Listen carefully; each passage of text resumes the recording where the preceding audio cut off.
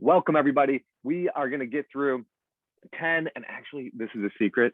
Don't tell Kurt. You can definitely tell Kurt. There's actually more than 10. I believe there's 14, not 24. What?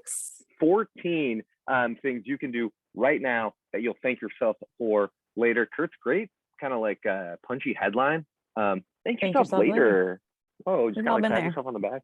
Yeah. Because usually I'll admit, current Jack is just ruining future Jack's life, and so this working with Kurt's here is the trick to kind of like future Jack feeling better, or future Regina, April, Jacqueline, you know how it is. Future you thanking yourself later, and we'll send you these slides and the recording. So take notes as you need, but also know that you can always go back and reference this stuff. Kurt, are you ready? I'm ready. Kurt, I got something to tell you, and it's a little bit stressful. Probably someone is going to get fired this summer. Oh, yeah, and you have to do it. Like almost certainly someone's going to get fired this summer. Yeah. We're hoping that we don't have to fire anyone. We've hired a great team. We're going to plan a really awesome staff training. We've done all these things, and the reality is it's really likely we're going to have to ask someone to leave camp this summer for something non-negotiable, for not living up to something, whatever it might be. And what I always feel like is that every single time, I feel like it's the first time. I don't know how many people I've asked to leave camp. It's not that many, but it's every time it feels like so stressful. And I know, Kurt, you have stories about how after you would ask people to leave, everyone would walk by the camp office and just hear you crying in there by yourself. Because, like, I mean, it's really emotional. It's really hard. So sad. And I got to admit that a lot of these ideas that we're going to talk about in the next little bit are based on this idea that right now, as stressed as we are, which probably a lot of us are stressed going into the summer, we're going to be more stressed during the summer. We're going to have less kind of our emotional reserves during the summer. So what can we do now to set ourselves up for, in those stressful moments, like making it as easy as possible, right? And so the reality about firing folks is that it's the same thing most of the time for 80% of what we're doing. And so what we want to encourage you to do right now is get a Google Doc, use Microsoft Word, whatever, and type up in one sheet, one page, kind of what is going to happen when folks get, when you're going to fire folks, right? Like what's going to be your plan? And then in the next sheet, type up what should everyone else know? Because what happens is camp, we try not to say that, working together is like a family, but it creates this like very familiar space, right? And so in that space, what can we do to let people know what's going to come ahead? How can we lower their anxiety and make it easier when someone is fired? And so what I want to encourage you to do is type up what you can give to folks during staff training when you're going to go over the like 3 non-negotiables, like you can't smoke, you can't, all those things. When you're going to let folks know that give them the sheet of paper that says, this is what's going to happen when someone gets fired. I'm not going to be able to answer that many questions. You can always come talk to me. I always want to listen. And I want to let you know, I can't say that much because of legal reasons, right? Get ahead of that with folks, let them know. And then when you do have to fire someone, you can give that sheet back out to folks and say, this is what we can tell you. It's basically nothing, but at least it puts you ahead of the game. Kurt, what did I miss? Well, I think that sheet serves 3 purposes. It's the first part of the sheet is for you, because you're weeping in the office, you're going to forget something, right, that you need to do. The second purpose of the sheet is for people that aren't fired, right? So they can reduce the drama, have expectations around that, know their job, they're right or not right to information. And the third purpose of the sheet is for the person getting fired, right? Oftentimes at overnight camp, when we're firing someone, we're also evicting them, which is like pretty tricky. They might need transportation home or to a different place. If they can't go home, if they're an international staff member, there might be further complications. So having just a plan or a protocol in place is much better than like trying to call camp leaders at like 3 a.m. and figure out what to do with this staff member, and what happens to their visa and, all the other pieces. So playing out certain scenarios in advance, and then you can use a sheet year after year, right? This is a gift that keeps on giving. It's not going to change that much. You can just do a couple edits, and it's very useful in future years as well. Cool. That was a heavy one to get started with. It was. Why do we start with that one? Welcome to our webinar. Because it's going to fire someone. It's important. That's the reality. We're not pulling punches. Right. No bullshit around here. But Kurt, who are these important people? Okay, so I mentioned calling camp leaders at 3 a.m. I've done that, right? 99% of my international staff have been wonderful, and I've had some that have made some mistakes, right? Figuring out who these folks are, especially if it's not like a Googleable person, is really important to have like a quick reference guide for you. Tape it on the inside of your filing cabinet, save it in your phone, whatever. The people that I listed that I think you can't really Google are like, who is your organization's lawyer? Right. I've gotten a call at 10 at night that the cops are coming to camp because they thought that some of my staff were drinking underage at a park on a night off. Geez, I don't know what I'm allowed to say. Like maybe they're a minor. Can I let them talk to the cops? Can I not? I don't know. I need to speak with a lawyer. I need information. I'm not a lawyer, right? So figuring out who they are, how you can get to them on a Sunday, in a nighttime situation is going to be important. A camp social worker or a social worker that you can talk to is going to be really important. Local crisis lines are going to be important too. You know, we're thinking about mental health crises, suicide hotlines, crisis lines for like LGBTQ youth or adults. You know, having a bank of those right there, it's going to be much better than sitting in front of the person having a crisis and saying, okay, like, let me get on Google, like not reassuring, right? Like just, hey, I know the number to call. Feels a lot better than like, oh, let's figure out your problem. The non-emergency number is going to be important too. It's tricky involving law enforcement at camp. And every once in a while you might need to, for instance, at our camp, there's a boat, an unknown boat washes up on our shore, you know, no one in it, a mystery boat. Has that ever happened? We were on a small lake, Jack, but you know, a mystery kayak washes up on your shore. It's not an emergency, but I like definitely need to report it to the authorities, right? It could have been a missing boater. It could have just been a missing boat. We don't know, but someone needs to look into that and do due diligence. I'm not calling 911, right? Like I'm not having everybody come onto camp for that. So what's your non-emergency numbers for kind of Coast Guard related things potentially, or law enforcement, maybe fire, non-emergency numbers and emergency numbers as well. Also, my 3-year-old just keeps saying call 9119191, which she's so close yet so far away. And your emergency plumber, right? Like who are you going to call in the middle of the night when the bathhouse starts to back up? Sometimes there's folks like plumbers who you work with who you only have their office number. Build a relationship with them and get their cell phone number. You're a good account and it will really pay off. Anything to add, Jack? While we're here, will you just explain what you mean by good account? Just so if folks are like not used to working with facilities improvements and stuff, like what do you mean by you're a good account? Oh, like pay your bill, like be nice. You know, is that what you think I mean? That's what Yeah. that's what I meant. Yeah. Pay your bill Yeah, is right. like kind of top of the list, right? Like be the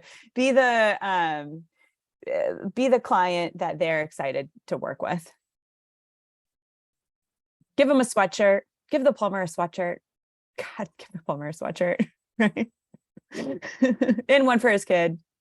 Let him come fishing on your dock, you know, on an off day, whatever. Treat those folks well, get their contact information, be able to call them whenever. Oh, that goes into the Keep next going. one. Yeah, keep going. All right.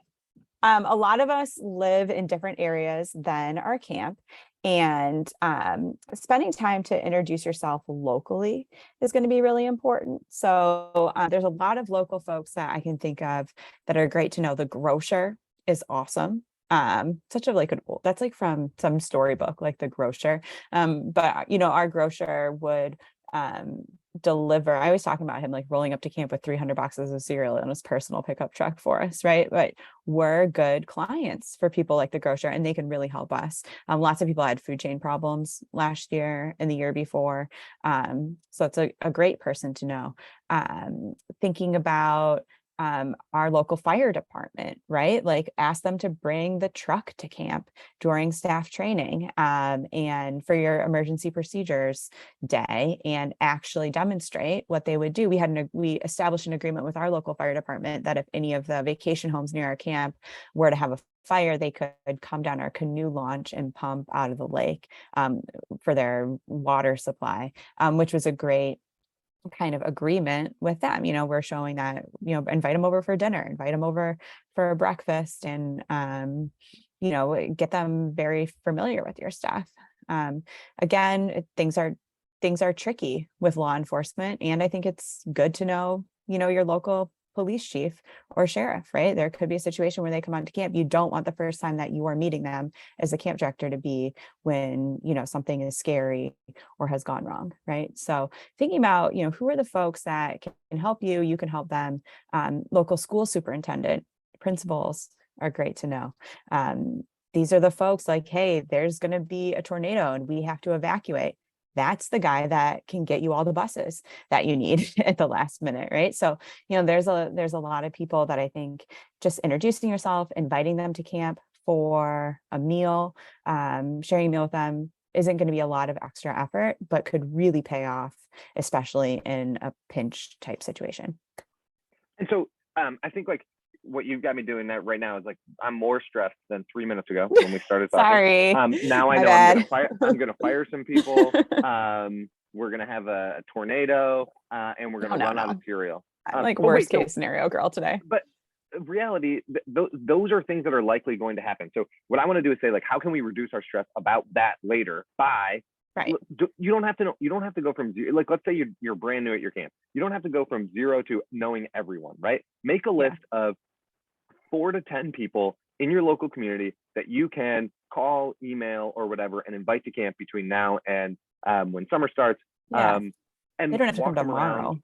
Walk them around, just talk to them on the phone, tell them you'll meet them for coffee. I know that you're really busy right now, but it's going to be worth it when these emergencies happen. And I want to add one more thing to this, whether it's a local person or someone who isn't local, which is have someone on your list that you can call who gets how your camp works, who can brainstorm with you in the emergency, like in the, like either like a little bit right after, like there's like a emergency, is kind of sort of coming, or something happens and you can call and work through. Like, I know I want to be able to call a past camp director at our camp because they know the systems of camp. They're not going to come up with wackadoo ideas like do all this stuff. It's going to be like, hey, did you think about using the pickup truck to go get more materials? And you're going to be like, oh, you know what? I didn't sleep last night. And so I did think of that, Right. And so get somebody on your list and get them to consent to basically be the person you're going to call to help with random stuff that's going to come up. Not like actually necessarily even being a camp, just able to talk you through what might happen at your specific camp. And they know a few people in the community, they know those kind of things. They can be direct support in that kind of situation. Absolutely. All right, Kurt, here's the thing. Yeah. This summer, we're going to want to thank our staff.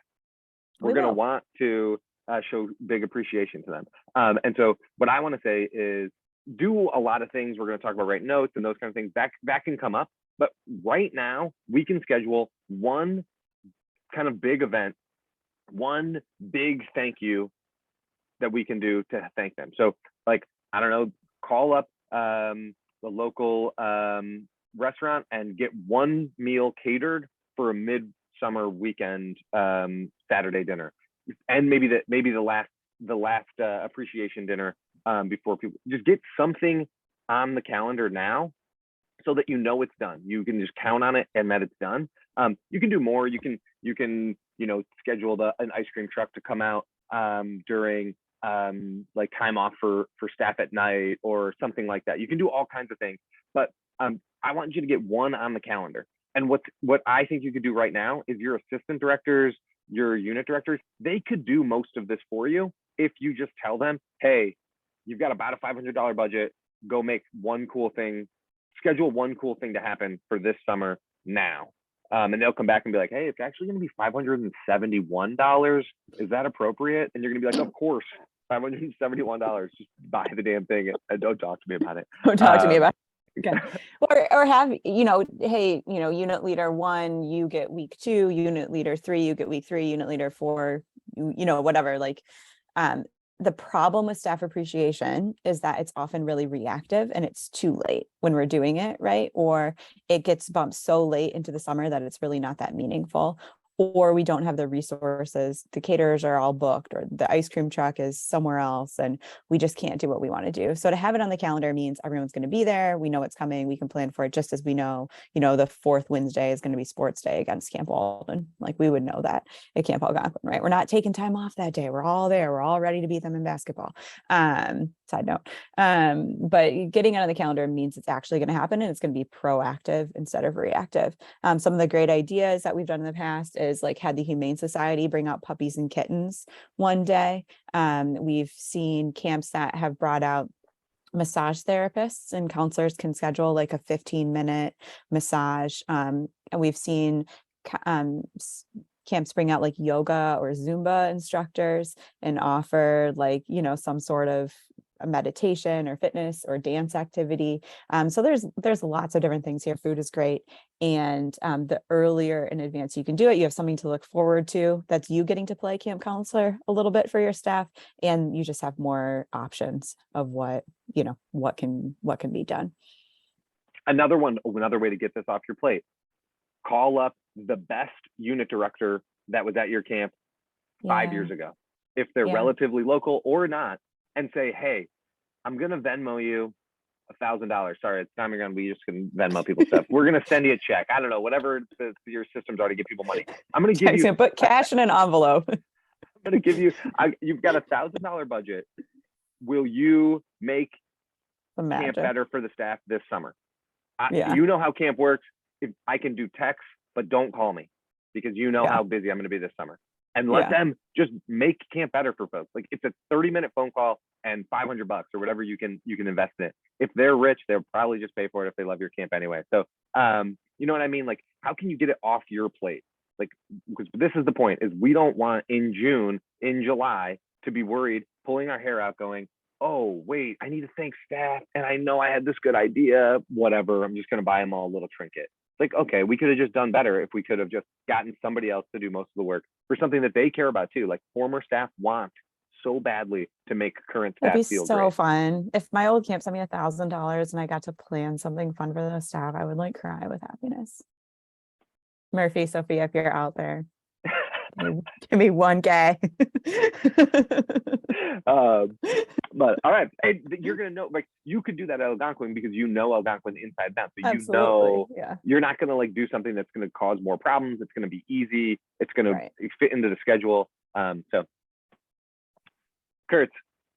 Okay. You're big on gratitude. I do love the gratitude. It's staff meetings. We all have staff meetings throughout the summer.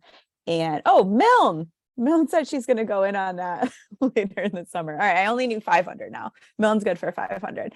Okay, so a lot of times when we have our staff meetings, we only talk about business things. Stop cutting in the cookout line, and here's the thunderstorm protocol, and we really have to tighten up on lifeguarding, whatever. But this kind of goes back to then 2 weeks later, we're like, geez, we really need a staff appreciation. Like, everyone's down, right? So can we kind of do just micro gratitude things all the time throughout all our staff meetings? So this could be like a daily huddle, like a quick staff meeting. This could be your big sit down staff meeting. One of my favorite rituals is a science proven ritual from the Center for Positive Organizations at the University of Michigan called 30-second celebrations. And it's just the positive practice of starting every meeting with everyone in the room sharing in 30 seconds or less something that they're celebrating today, either personally or professionally or both.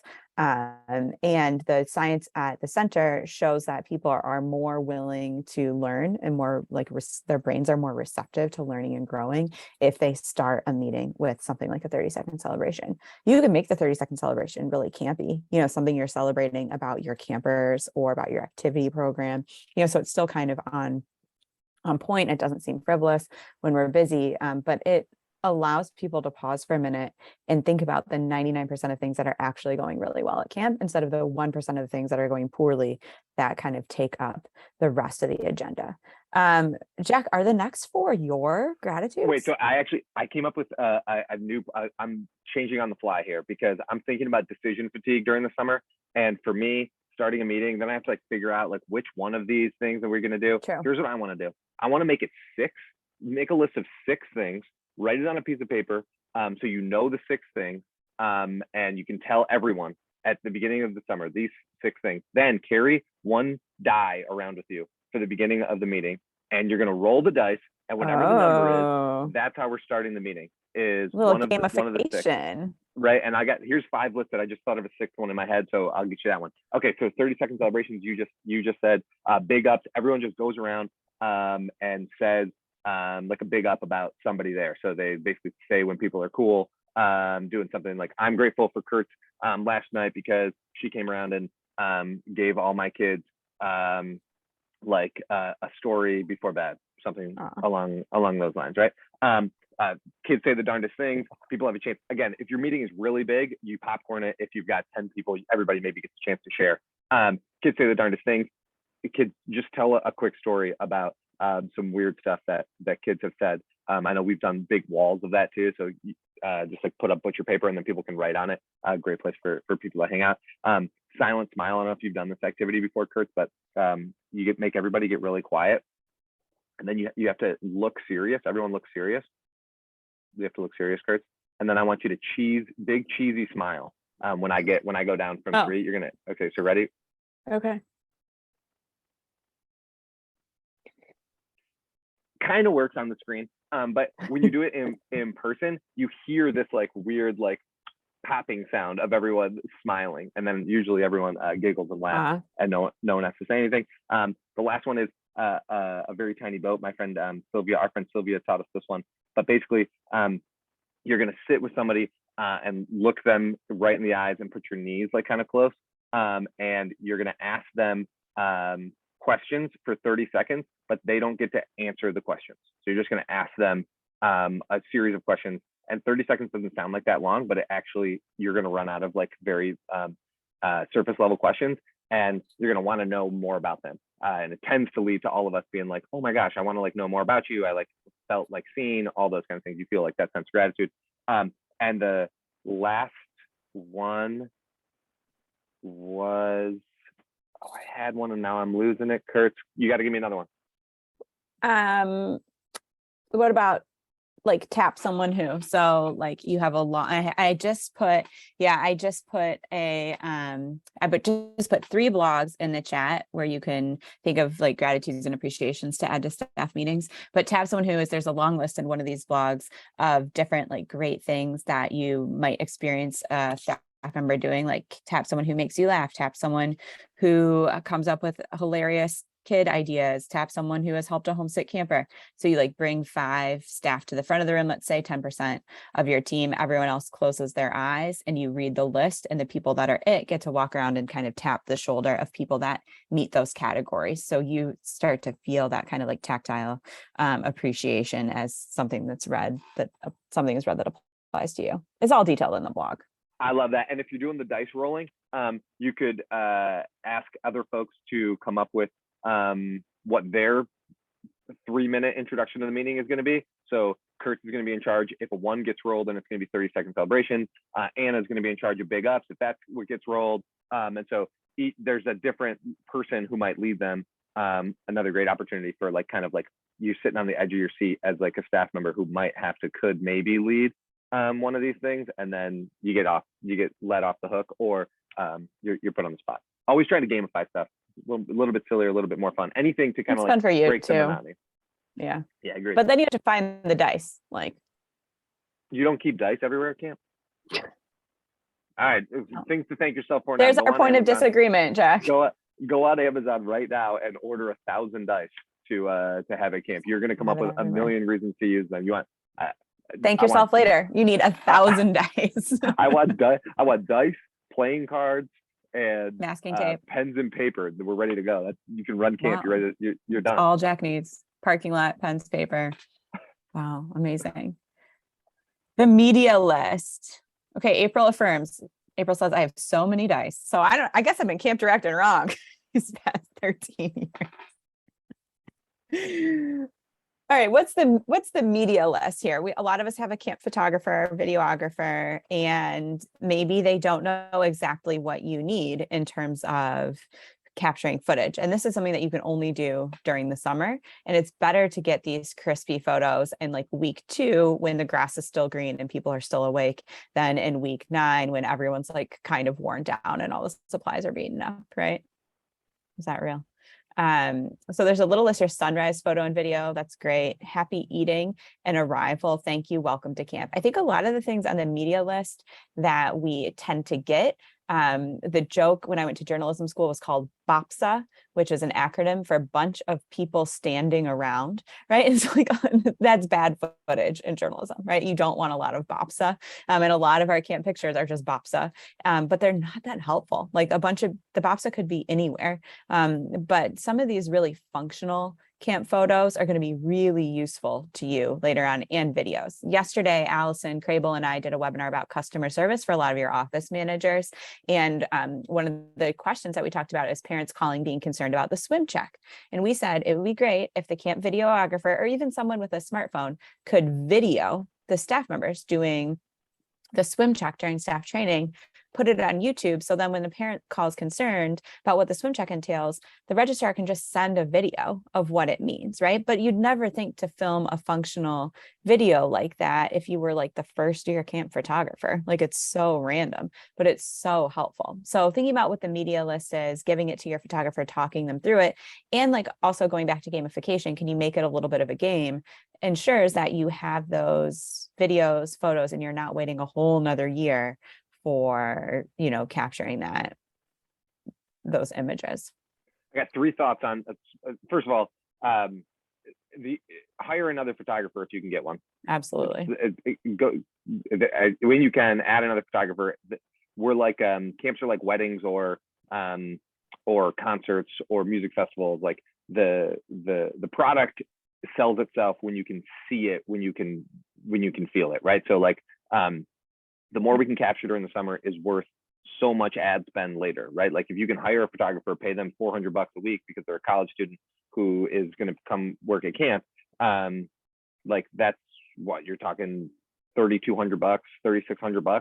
You're going to spend that much money on boosting advertisements and things like that. Instead of doing that, hire someone, you'll have better content, right? Okay, but I got 3 ideas for videos right now. One, make like a list of like 2 videos that you really want to make sure you get done this summer that you're going to go from 0 to 1, like 0 to completion on. But you're not going to get that many more videos done because it's just like, unless you have people really dedicated to this, like it's just really hard to like actually record the video, get it edited, camps going on, all that kind of stuff. So you make a smaller list like that. The second one is make a list of these places that you might want to take video of later, because the third idea is the hack for videos for camp is you can make a talking head video in September, October, November, whatever, that looks really good if it's you talking into the camera, if 70 or 80% of the video is B-roll of camp that's really fun. So you just need great B-roll or like the random shots of stuff, right? Like you can make a video all about the swim check if you have kids swimming and people lifeguarding. You then can say, all right, you can put a graphic up that says these are the rules that are going to come through. Like the more B-roll you're going to have, the better you're going to be able to make video in the fall. So start with that. Just make that list. Don't make it so stressful that the videographers feel like they have to pump out finished product, because them editing during the summer is not that worth it. Them capturing during the summer is what you really want them to do. Absolutely. Could I add 2 more things? Hiring an outside photographer for like 3 days can be really beneficial as well. You have opening day, day 1, and an all camp activity, right? They can come in and do that. Sometimes like wedding photographers, event photographers aren't that busy on like a Tuesday night. And so maybe they'll give you a deal. The other thing I would add, and this is like a little bit of a thank myself later, but I don't have a lot of pictures of myself as a camp director. I'd like to have more. I think about, showing my daughter, 30 years from now, those days as a camp director. And just like with moms, I think a lot of moms don't have pictures of themselves, right? So to ask the photographer to get like a couple pictures of you, maybe seems weird, but I think you'll thank yourself later to have a few like great photos of you as a camp director. Yeah, Megan said, yes, there's none of me. So, I just have a couple in my office and I really cherish them. I'd love to have some more. Yeah. Okay. Love that. Oh, the end of summer gift. Oh my gosh. Mom says we'll go stage some photos of us as camp directors at our home camp.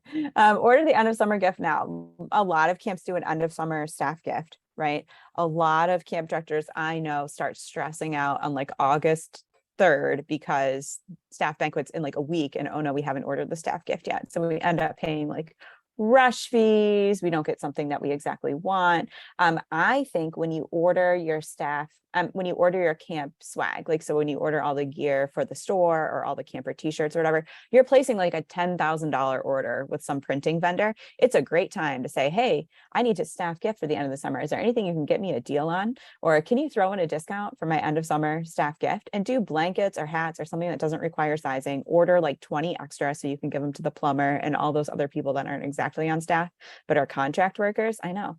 And get a good price. Don't have to pay for rush shipping. Get what you want. Use that negotiating power you have as a great customer to your t-shirt vendor, and see if they can hook you up with something a little extra special or give you an upgrade in terms of, you know, color or embroidery or whatever you're going to do. But I think preparing for a staff banquet soon, like in week 2 of camp, is going to pay off. If you've already decided, or you think you know what your staff gift is going to be this summer, will you just post it in the chat to help everybody else generate or favorite ones ideas from last year, or favorite ones that you've seen? Post just like put it in the chat, just like the description really quick, or if you have a link, whatever, that's all fine. Kurt's, your example was like a sweatshirt blanket. Yeah, I have a staff gift right now on my lap because I always have an office blanket, but this is like an embroidered fleece blanket. So That's a staff blanket gift. Blanket is easy.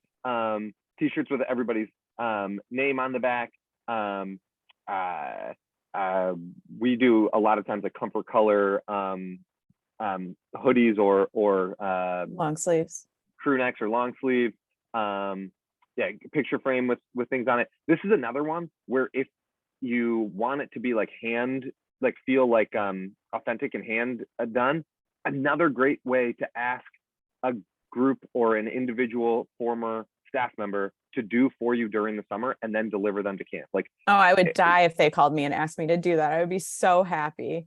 And so would the great admin folks that are now teachers, that are now whatever they do, that were awesome camp staff that now miss their summer at camp. Like, if you called them up and said, hey, listen, will you get some folks together, maybe drink a few glasses of wine and write everybody a nice note, and here's the list of the staff, and build these little picture frames that are easy to make. Like, so many people will be so happy to do that, right?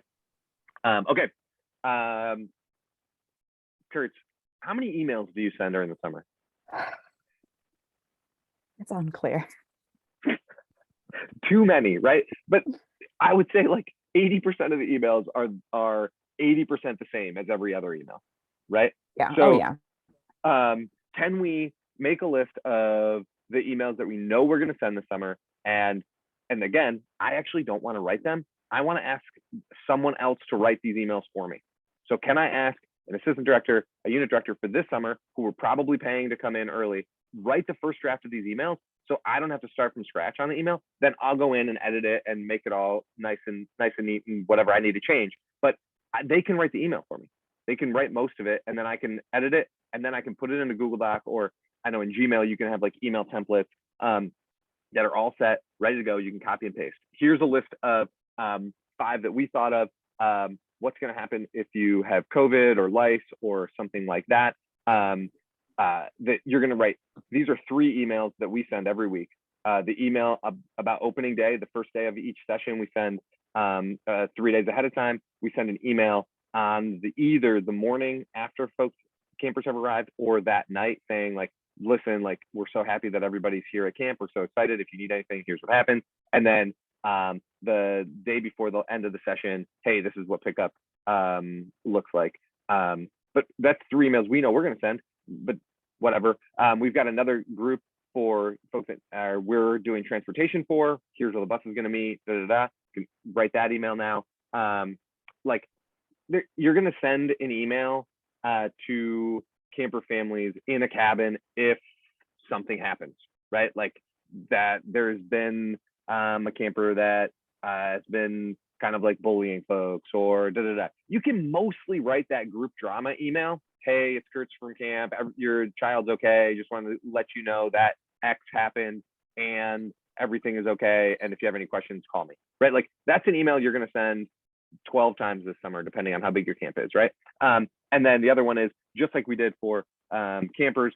What are we sending to staff to let them know that how to arrive at camp? Right? And so for me, we're going to send an email to folks and then follow up texting everyone. But we're going to send the email because nobody wants a text that's like 40 pages long or whatever, saying this is where camp is. Here's a links out to things that you might need. If you need gas on the way, you're gonna lose service 30 minutes out, whatever the case might be for your different camps. That's not true at Stomp Your Gun anymore, but it did used to be true.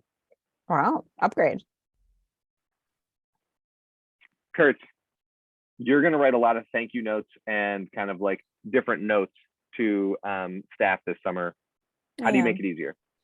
Well, this is like a little bit of my dorky personality, but I do love some good pens and some good stationery, right? So kind of treating myself to this is like treating myself at the dollar store, right? So it's not like we're going wild, but getting some cards, getting some nice pens, setting them up for myself, for others to use, means it's just, and getting stamps, regular stamps, just having it all in a caddy in advance or at a particular workstation in the office in advance means it's just so much more likely that those items are going to get written, right? So kind of prepping the fun supplies, kind of like back to school shopping for adults, getting your office supplies set up can at least motivate me to write those thank you letters, and even having like a list of all the people I want to make sure I'm writing to throughout the summer, or that someone should write to throughout the summer, right? And taping it up on that table. So if I have a staff member who's, okay, sailing got canceled, it's a rainy day, we don't need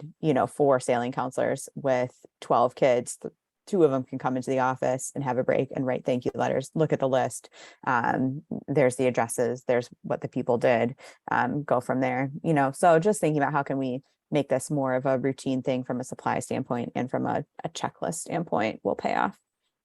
And I like to keep this one like in whatever like office I'm using by my desk, but also another one in wherever is the most likely space that my admin team is going to do admin meetings, because another great kind of gratitude to start a meeting is as people are coming in, you pass out notes, note taking materials, and it's cool when it like looks just a little bit cooler, right? It just like feels better than just like on a normal like sheet of paper. And as the admin team, as the leadership team, whatever they're called, come in before the meeting, takes 3 minutes and have them write as many quick notes as they can to staff, right? Like if we get into this experience where when you check your mailbox, you look and you see this, or when you get back to your bunk, somebody's handing you something, like it just feels good to just read something that just says, hey, Kurt, I noticed this cool thing that you did yesterday. And I just want to say, holy cow, it's so cool that we get to meet each other or whatever, right? Yeah, well, Milne will appreciate this because she was there. I found 2 notes the other day, one from Leah Ty, one from Molly Rayner, that literally kept me at camp my first summer, week 3. Like I was ready to disappear in the middle of the night. And, they were really meaningful. So it's worth it for sure. The key is how do we make it as easy as possible for that to happen, right? Like we all know that getting a note means a lot for some folks a lot of the time. Right. So to make it into routine. How do we lower the barrier to entry, kind of build the systems that'll make that happen?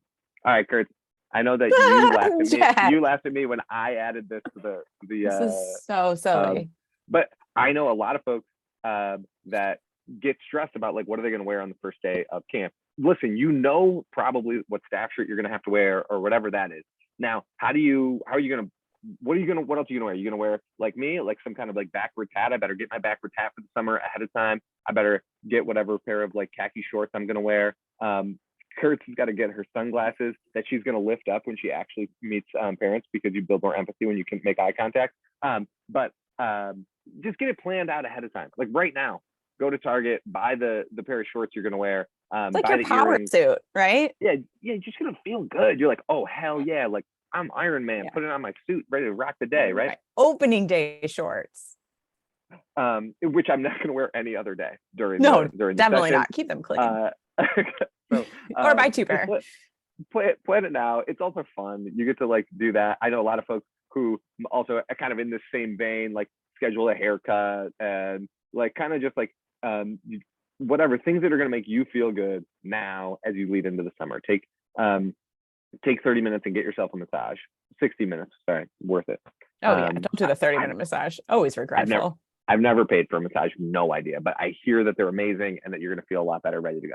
It's time. Yeah, like and like yeah, new shoes, whatever, right? Like do your little back to school shopping trip, right? 90 minutes. April says 90 minutes or it's not worth it. They actually said Wow. 90 minutes all the way. 90-minute massage. I'm not going to turn it down. Kurt, it's really hard for most of us camp directors to ask for help. And that's the thesis of our take here is like ask for help, right? It's like ask the people that want to help you to help you. One way to do that is you can post that we suggested this is, so it takes the pressure off of you. You can say, I was at this stupid webinar and they said do this. Post on Instagram, hey, I'm going to camp. Here are 5 ways that you can make my life better this summer because it's going to be hard and I can't wait to see you in the fall, right? Ask for some self-love and say like, you can write me notes. You can send me my favorite chocolate, please no peanuts. You know, whatever. You can drive by my house and like take a picture of it for me. You can make sure it's still there. But I also think you can ask for support for your camp on Instagram too, or, you know, mix it up. Like if I posted on a camp's, like my camp's Instagram, let's just say imaginary that I had like a real camp of my own right now. Hey, Venmo, like $1, $2, $3, or $4 to this camp staff appreciation Venmo tonight. And we'll, you know, however much money we get, that's our snack budget for tomorrow night's staff meeting. Right. So like we get $60, great snacks. We get like $4 while everyone's getting microwave popcorn. Right. But like, it's a little bit of a game. It's kind of fun. Right. I think people would, I'd say if my camp asked for that, I'd send $5, you know, no problem. I love it. But I want people to ask for help for themselves. I love their camps, but I'm worried about you today, right now, to be totally honest. I don't care about your camp as much. I care about you. Your life is hard. Ask for some help for yourself. Get yourself some love because it's going to be a really hard summer. So post on your own Instagram. These are some specific ways that other people can support me.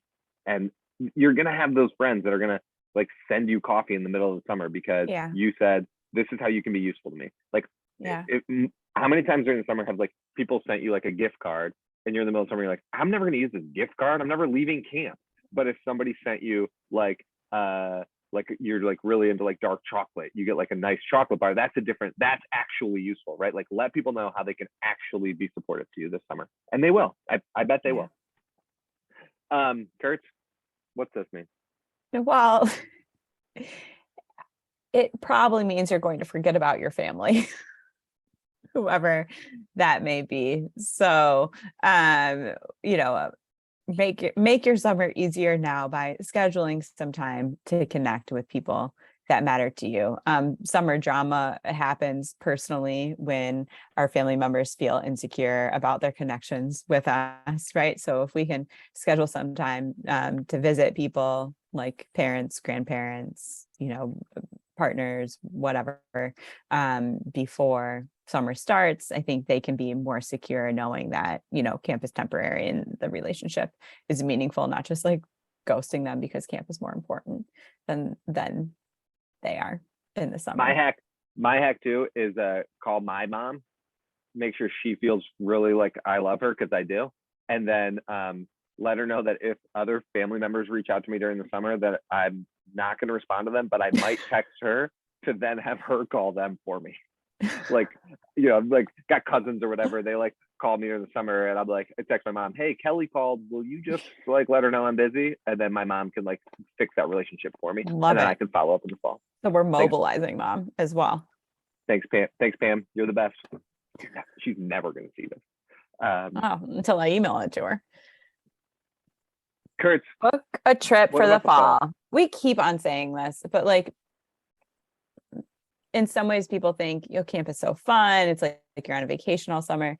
That can be true, and it can be incredibly stressful at the same time and not exactly relaxing for you. So we just continue to emphasize to camp directors that you need something to look forward to that's just for you, where you're not the planner, where you can relax, where no one is going to ask you a single question about anything other than like, what do you want to eat? Or would you like a massage to be 60 minutes or 90 minutes, right? Like those are the types of questions you should be asking or answering after the summer, not like, have you seen, this costume that I'm looking for, or whatever the 1,000 other questions you're going to get during the day. So anyway, we think it's important that you have something to look forward to. And we think fall can also run away with people if they don't do some planning soon. So booking a trip, booking something really great for you, some time off, some time away during the fall means that you have some actual carved out time for rest and rejuvenation, because you have to do this whole thing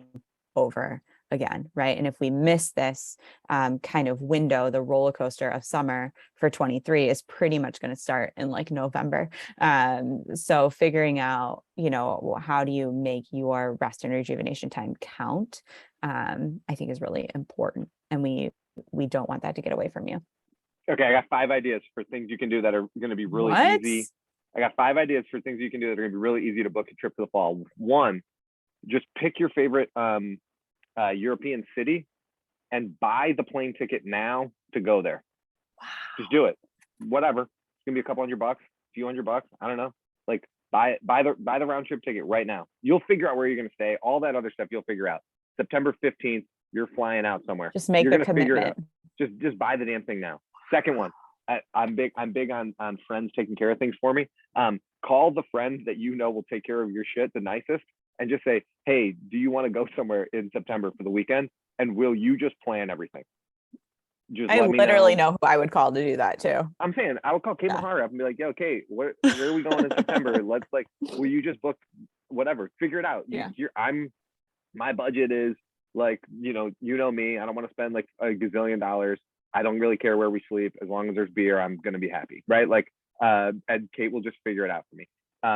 Number 3 is just find a cool Airbnb within 3 hours of driving from where you are, and just book it for 3-4 days, whatever it is. Just like, so it's like, it's on the calendar, it's done. You can always cancel, like all these things you can always cancel. Mostly like refundable. Yeah. But once you get it on the calendar, it becomes real, and then you can decide if you actually want to do it later, which is a little but bit. Also just do it later. Like just do it later. Right. Yeah. And then the 4th one is like pick a family member to go visit, and again, get that on the go visit your, know you're going to take your family and go visit your parents. Know you're going to go visit that cousin that you haven't seen in a while. Like, people like want to see you, right? And they're going to love seeing you. And the last one, Kurtz, this one is a little bit in self-interest, because you and I talked about how this was really important and how it's hard for people to actually do it. Well, we're going to be at this one. Here's what I have to say. Come hang out with us at the after party, baby. Let's go.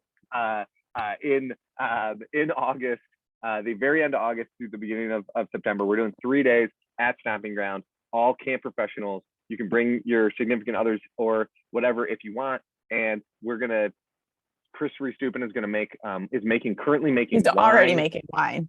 We're gonna drink beers. We're gonna hang out. We're gonna go swimming, but not after you've drank beers.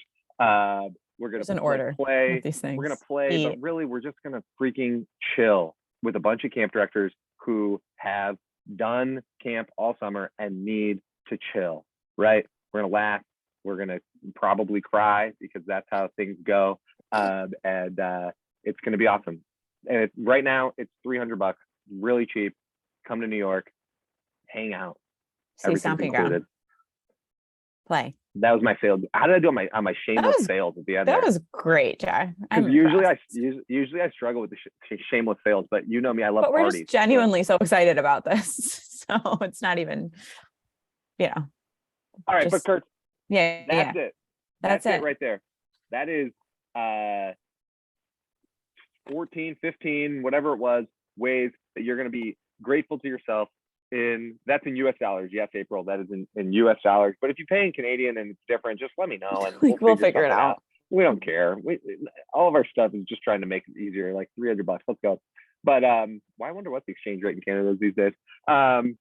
But anyway, come hang out, but also take care of yourself. You know, you're not going to probably do all the things we put on this list, but make a list of a handful of things that you can do right now that you're going to be really grateful for this summer, because it's only going to get more stressful, right? Like it's not going to get easier in July. I don't think, for me anyway, it doesn't get easier in July, because then I have all this self pressure that I want to be hanging out with kids while I do. I mean, week 2 of a 2-week session, usually there's that little bit of a slide.